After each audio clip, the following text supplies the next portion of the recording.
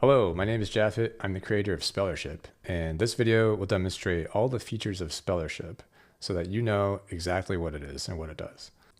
SpellerShip is an app that is designed to help facilitate non-speakers to learn how to type to communicate. That would include spelling to communicate. And the three main features that it does is one is it has AI generated lessons. You just type a topic and it'll come up with the whole lesson for you. The second thing is it'll play that lesson and ask the speller to type the answer right there on the app. And then the third thing is that you have a board also in the app where you can ask any question. You can have your own lesson, ask any question of the speller, and use the in-app board for them to answer the question. So first, to show you what the AI generated lessons look like. First of all, these are all AI generated, all these pictures that you see in front of me. They're all different lessons on different topics. So for example, ancient Rome. All I did was type in ancient Rome and the AI has come up with this. This is the PDF. So the picture was AI generated and there are 7 paragraphs. This is the first paragraph, and then it gets into the questions down here. And so we have 3 spells, 3 known questions, which are the green ones here with 1 answer. There are, in this case, 2 semi-open questions with multiple correct answers from the paragraph. And then below that, we have 3 tight open questions, meaning questions that just ask for like 1 or 2 words from the speller, but it can be the speller's choice what they want to answer. And then there's broad open questions where it's going to ask for more of an expanded answer, a longer answer. What is one feature of Rome's location that you find most advantageous, for example? And then it gets into the next paragraph. So to create an AI generated lesson, you would just click create lesson and type in your topic of choice. I'm going to type in bills.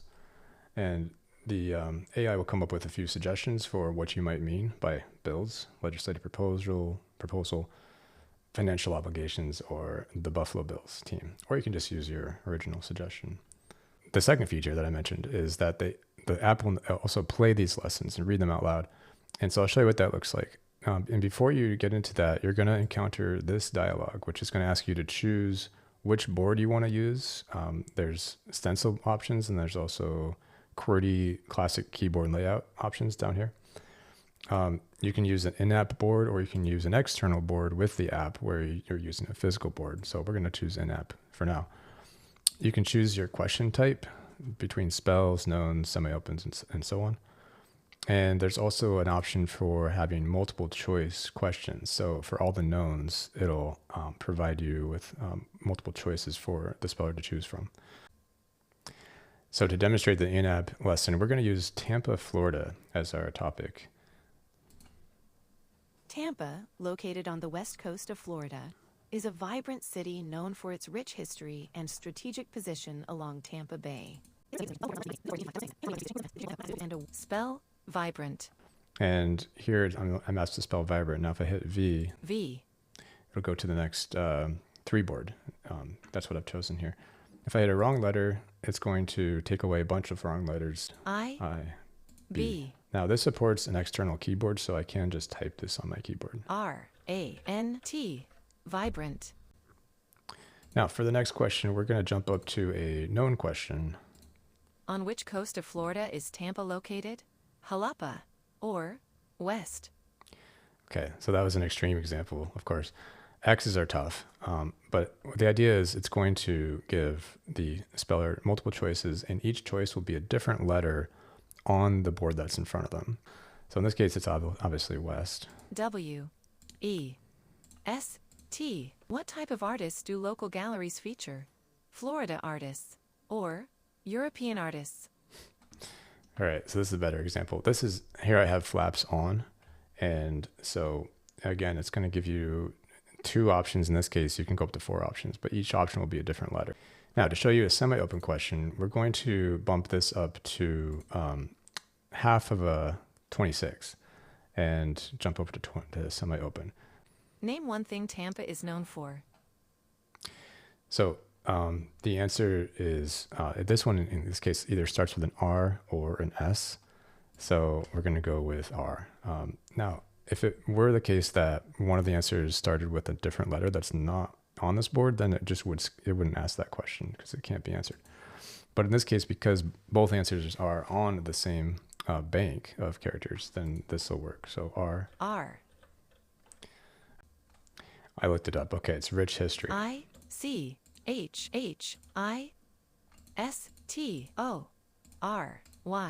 Okay. Rich history. Now, to show the open answers, we're going to jump up to a board with 26 characters, and that'll allow them to type any answer that they want. And then we'll try the tight open question. Name a color you imagine the bridge looks like when lit up at night. I could say DILL green, but maybe I misspelled green. EN. Okay, let's just try that. And then there's this enter button that shows up in this mode. Dull green. That shade could create a subtle yet striking effect against the night sky over Tampa Bay. So as you saw there, it did spell correct. It didn't quite do that the way I wanted it to, but dull green. And then it came up with a conversational response to that answer. And that's meant to basically to acknowledge the answer for the speller. And to show a broad open question, and we'll just jump over to, well, let's use the QWERTY keyboard. I'll just show you what that looks like. How do you think the Sunshine Skyway Bridge impacts travel in the Tampa Bay area? And here it's, you can say again whatever you want. There's no spacebar yet. That's a planned feature.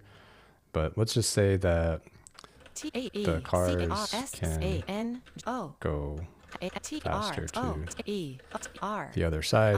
I'm going to leave that Y in there. There's a backspace button, but we'll see if the AI correctly interprets this. The cars can go faster to the other side. Yeah. That's a perspective on how the bridge might speed up travel across Tampa Bay. Now, something I want to mention is that I've been jumping from question type to question type, but you don't have to do that. You can just set it at a type that you want and set the board you want, and then just go. And it'll do 3 questions per paragraph and then go to the next paragraph. And now that we're back here in the main menu, you'll notice that the Tampa, Florida button has a couple things new on it. One is it has a board that shows which board you used the most in this lesson. And the stars below it indicate the accuracy that you achieved. And 3 blues corresponds to 90% accuracy or better, and that's the best score you can get. If you click on it, you'll see the same thing reflected here. And then over here, we have the same sort of scoring mechanism, but it's per word. So for example, the first word that I typed, vibrant, I did put a C in there. So I got 80% accuracy, which is 2 blue stars. And the purpose of the stars is just to show you, basically show you when it's time to move up to the next level. I would say that would be when you're getting 3 blue stars consistently. Then it's time to move up to either to a higher cognitive level or a higher motor level. All right, so having shown you now the in-app board, we're going to launch into the external board. And here is where you can use your own board. You can use your own physical board with the speller using the lesson that the app has generated. So to show you what that looks like, we'll just launch right back into Tampa. And here it is your choice what to do next. Now there's a passage button, and that'll start reading the passage. Tampa is home to a thriving cultural scene. And then there's a question button. You can jump around between these as you wish, whereas in the previous mode, it's kind of more on rails. Which center does the city use to celebrate its history? And then if you hit answer, if you press answer, it'll show you the answer. And as soon as you let go, it goes away. And that's, of course, meant to help you coach the answer on the board. Once they've answered it, you have the option to sort of assess their accuracy. And it's the same kind of setup. It'll show up on that same screen. And then you go to the next question. Now you'll notice this button here, and this allows you to navigate between the question types as you go along. And also you can still choose the board, even though you don't have a, you're not using the in-app board, but you still want to choose the board you're using, because that way it's not going to ask you a semi-open question that your chosen board doesn't support. I guess this is a good time to mention that this does support multiple spellers on the same app.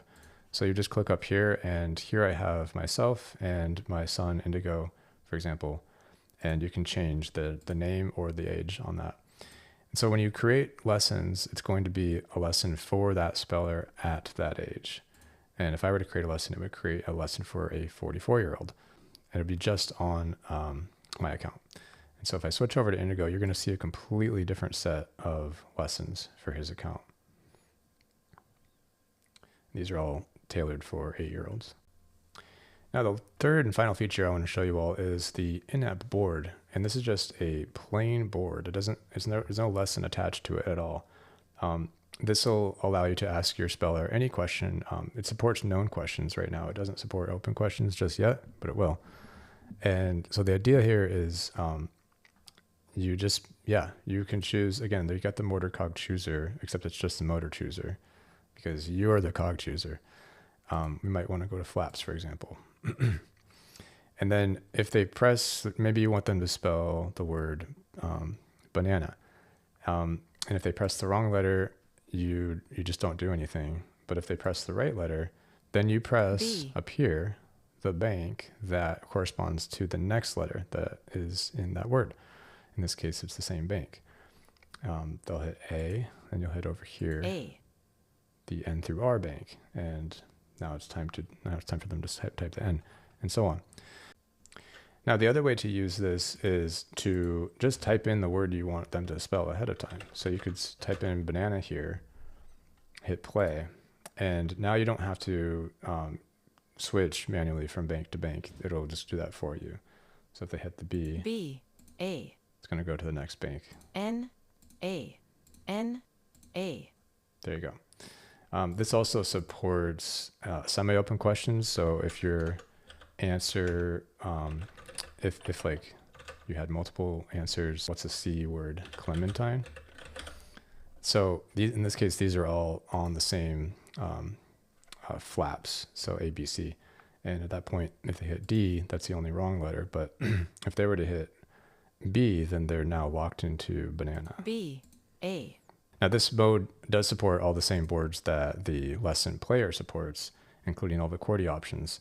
The banks, the letter banks, A through D and so on, they're actually the same. They're going to be the exact same sets of letters. So if I were to go to the QWERTY version of this, it would be A, B, C, D, except they're in the positions that they would be on a QWERTY board. So that concludes the demo of SpellerShip. Now, if you want to try this out, it's not currently an app yet, but it will be very soon.